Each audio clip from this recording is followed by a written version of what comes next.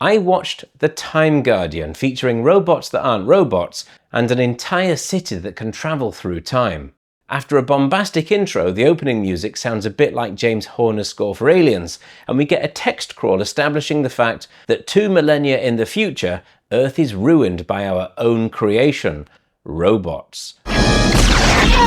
Robots who dominate humankind and threaten our extinction. But thanks to a bit of time travel, humanity keeps going back through time to before the robots existed in order to get a bit of respite. But those pesky robots keep following us through time. Terminator in 1984 had shown that high-concept action sci-fi showing time-travelling cyborgs can not only work, but can be fantastic. So does The Time Guardian from 1987 take inspiration from James Cameron's modern classic? No. Instead it feels like it's trying too hard to be Australian Star Wars. More on that in a moment. We learn early on that time travel is done on a citywide level. An entire city is moved through time. That's ambitious. I like the city. It looks grimy and lived in. It gives me Metropolis, Blade Runner and Logan's Run vibes. It's surrounded by a honeycomb mesh force field, which is seemingly easy to destroy. It reminded me a bit of the playboard for TV game show blockbusters. What P is the wood of most stripped doors and furniture? The film has a fairly decent grungy sci-fi look to it, until we see some of the costumes. I loved seeing Dean Stockwell on screen, but he looked like a right plum in his futuristic clothes. They looked like something your mum would make you for a school play. Those costumes date the film. I think they'd have looked old-fashioned in 1987. And holy shit, is that Adolf Hitler? Ah no, I thought they'd gone too far back in time then. And is this man dressed like a duck? It has held for 500 years. Anyway, the idea of the film sounds exciting, humanity being hunted by robots through time, but it just doesn't really work. It feels like something happened during the production of the film which shifted bits about and didn't work with the original vision, and that's kind of what happened. The Australian film industry started to boom in the 70s and through the 80s. Australia became well known for a particular type of outback horror and grim pessimism. Films like Mad Max, which became the highest grossing film ever made in relation to its budget, a record it held for 20 years, catalysed the so-called Oz-ploitation flicks, though by the end of the 80s, the industry had all but collapsed. This film was intended to be the first of a new wave of more serious sci-fi films produced in Australia, but key people left the project and it started to fall apart, and the subsequent films never got made. Brian Hannant was a writer on Mad Max 2, and along with John Baxter they produced a script which formed the basis of this film. Their original script had one single robot, a near unstoppable force. It doesn't feel pity or remorse. But Hemdale Films, the production company, wanted lots of robots to provide a visual spectacle. And we do get that visual spectacle to start with. The initial battle scene looks pretty good. But the vision was compromised. What was meant to be a small-scale, thought-provoking sci-fi film became a big film with not enough budget to achieve it. Issues securing funding cut the shoot time by a third.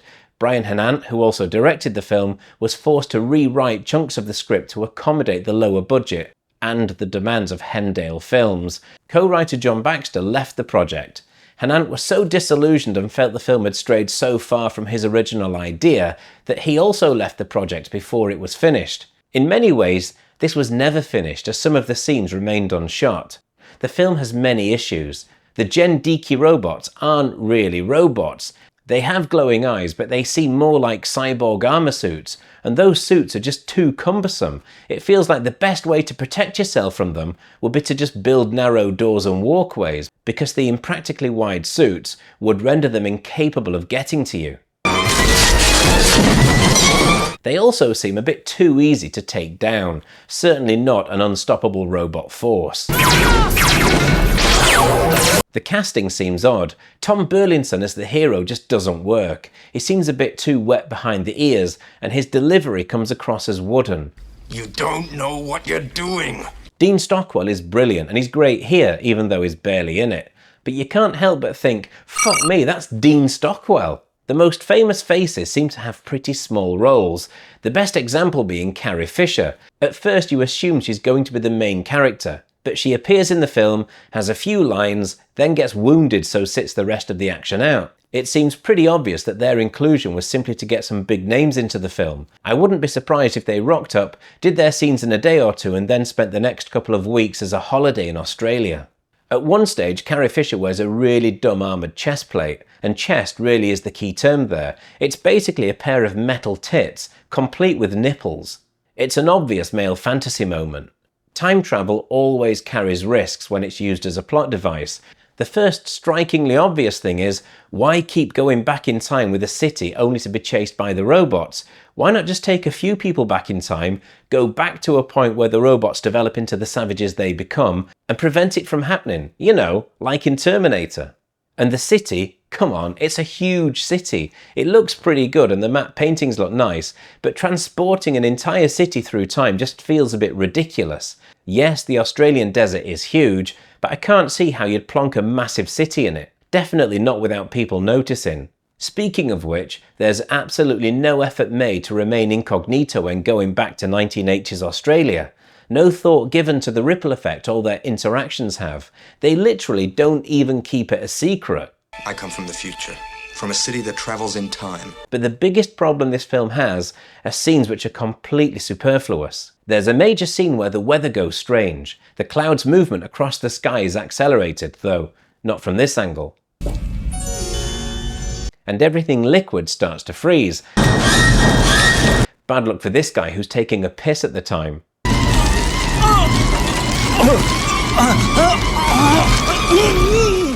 It's clearly happening for a reason. It signifies something. But what? I thought it was perhaps the arrival of the robots. A fella even says it's happening again. It's coming again, ain't it, mate? But then it's like it never happened. It's never mentioned again, which is a shame as it's probably one of the most intriguing scenes in the entire film, and it's a sequence which has a significant build-up. But once that tension is wasted, the rest of the film is compromised. It feels like some of the film is out of sequence, or that some sequences are missing, or that some moments are setups for scenes which just don't happen. It's no wonder that writer-director Brian Hannant left the film late on and wanted nothing to do with it. See you later, mate. There were times when I'm watching this where I'm thinking, what's happening? Did I miss something? And the tonal shifts are jarring. Some of the scenes set in 1980s Australia are quite light-hearted and funny, and then there's an attempted rape in prison. The sexual assault is dark. It clashes with the space opera camp sci-fi element. The Time Guardian should have made an artistic decision and stuck to it. It should have gone full camp bananas and called itself Aussie vs. Death Robots, or pursued a more serious narrative, rather than ping-ponging between the two. I mentioned earlier that the film seems to chase Star Wars elements. Here's some of the Star Wars-esque things in the film that I noticed. The text crawl at the beginning. They have glowing sword things, you know, like a lightsaber. A similar line to Obi-Wan's "He's more machine than man now." They were human once, but now they're more machine. The main robot fella. He makes heavy breathing noises, like Darth Vader. Actual Carrie Fisher from actual Star Wars, who happens to be a 20th century expert, so bizarrely probably knows the cultural impact of Star Wars. Congratulations then, you're a big success. Carrie Fisher's metal bra reminds me of the Slave Leia costume. The line, "I'll be back." I'll be back. Oh sorry, that should have been in my Terminator list. This globe thing on the desk, I'm sure there's something like this in Star Wars. This moment here is a bit like when we see Darth Vader's face revealed. There's an antagonistic relationship between Carrie Fisher and Tom Burlinson, which feels very Leia and Han Solo. What's your name, trooper? There's probably way more than those, but those were the ones which jumped out at me. The confusing plot, along with death robots which seem relatively easy to defeat, a romance with zero chemistry, I'm coming, and a leading man who has no charisma, leads to a film which has no drama, and certainly not a climactic ending. It just ends. It's not a satisfying conclusion at all. But despite all of that, it is worth a watch. You can see that there was some solid ambition here. This feels like the unfinished version of a sci-fi film, which it probably is. I do quite like the cyborg robot things, and they look pretty decent despite being unwieldy and not particularly tough. Generally, scenes of the city look nice. Carrie Fisher is underutilised, but at least she's in it. It was great to see Dean Stockwell, who was great in Quantum Leap, but as a Trekkie, I have to point out that he was also in Star Trek Enterprise, where he shared screen time with fellow Quantum Leap star Scott Bakula. Oh boy. The budget may not have expanded to accomplish what the film eventually wanted to be, but there are some good effects involving miniatures. The film is a mess, and I blame corporate interference for that. Perhaps the original screenplay would have yielded a tightly produced Oz-Sci-Fi classic, but shoehorning in a bit of pizzazz doesn't always work, and the film feels fractured as a result. And that's a real shame. Had this film succeeded, we could have been treated to a whole new era of Australian cinema. And just remember, spin, damn it! Let's spin! Spin, damn it! Spin, damn it, spin! Whatever that means. And goodbye.